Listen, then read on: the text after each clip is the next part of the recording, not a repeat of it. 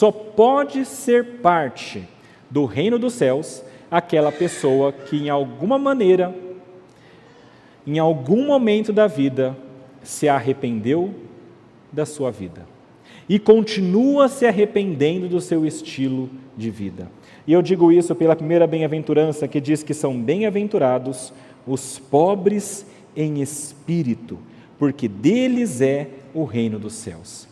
É um pouco estranho falar sobre pessoas que são pobres em espírito. A gente às vezes usa isso para lançar algum tipo de ofensa. Ah, fulano é pobre de espírito, que pobreza de espírito, como se fosse uma coisa ruim. Mas aqui é interessante porque é uma coisa boa. De que maneira ser pobre de espírito é uma coisa boa? A ideia aqui, meus irmãos, é alguém que percebe que de fato, por si só, não pode e não é capaz de ter uma vida reta diante de Deus.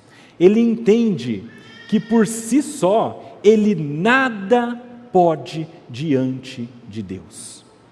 Ele é pobre, ele não consegue.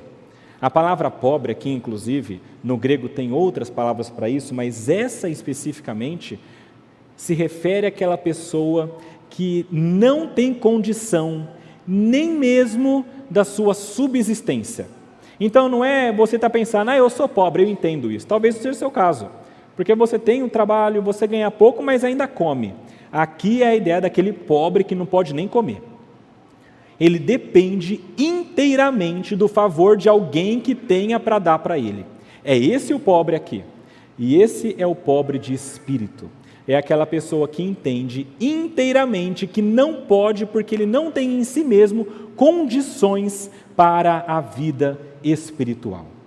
Essa pessoa pobre em espírito, ela é bem-aventurada. E eu acho interessante Jesus começar falando sobre isso, porque lembra, ele subiu aquele monte com os seus discípulos, está conversando com eles, e eu acho muito interessante o modo como Jesus ensina. Ele tem um modo de ensinar que ele vai andando, olhando para as coisas do dia a dia e vai ensinando, né? É um ensino peripatético. E aqui é muito interessante porque eu fico imaginando a cena, os discípulos chegando até ele, talvez nem sejam todos os 12, mas os que estavam mais próximos, e então ele olha para aquela grande multidão de pessoas que são pobres, que são das mais sofridas, que são das mais doentes, e ele começa falando, está vendo? São bem-aventurados os pobres. E isso deve ter gerado na mente daqueles discípulos uma interrogação enorme. E aí Jesus continua falando, não só pobres, mas de espírito.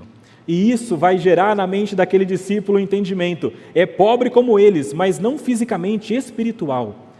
Este pobre de espírito é alguém feliz, é alguém que entende plenamente que ele precisa de ajuda. Meus irmãos, essa pessoa pobre de espírito, que entende que precisa de algo a mais, ela vai buscar esse algo a mais em Deus.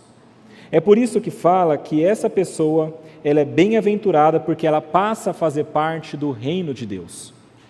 Ela se arrepende do modo de vida dela, ela se arrepende do entendimento de que ela pode, de que ela é, de que ela consegue sozinha, e então, esvaziada disso, ela se entrega inteiramente a Deus, porque ela percebe, eu não consigo.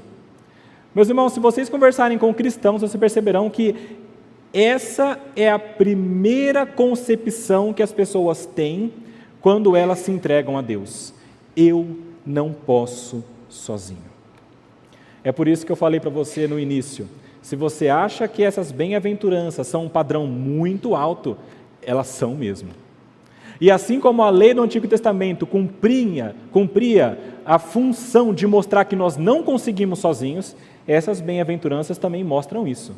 Vocês não conseguem sozinhos. Vocês precisam de algo além disso. E novamente, isso aqui é extremamente estranho ao nosso mundo, porque o nosso mundo valoriza aquelas pessoas que acham que são alguma coisa.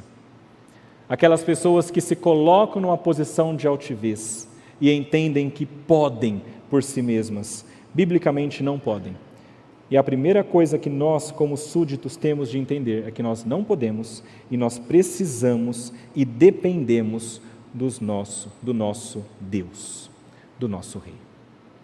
Se você está, meu irmão, nessa igreja hoje, se você já creu em Jesus, você já percebeu isso. Mas nunca se esqueça disso.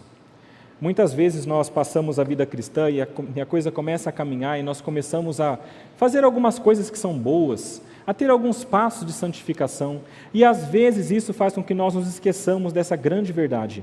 Nós, por nós mesmos, somos vazios e nós precisamos totalmente do nosso Deus. E mais um detalhe dessa primeira bem-aventurança é o fato de que ela mostra que, diferentemente da lei do Antigo Testamento para aqueles judeus, isso aqui não tem nada a ver com o mérito humano. Aqueles judeus e fariseus entendiam o seguinte: eu faço e porque eu faço, Deus me dá. E aqui isso fica claro que não, porque a pessoa só de pisar no reino já entendeu que não tem nada.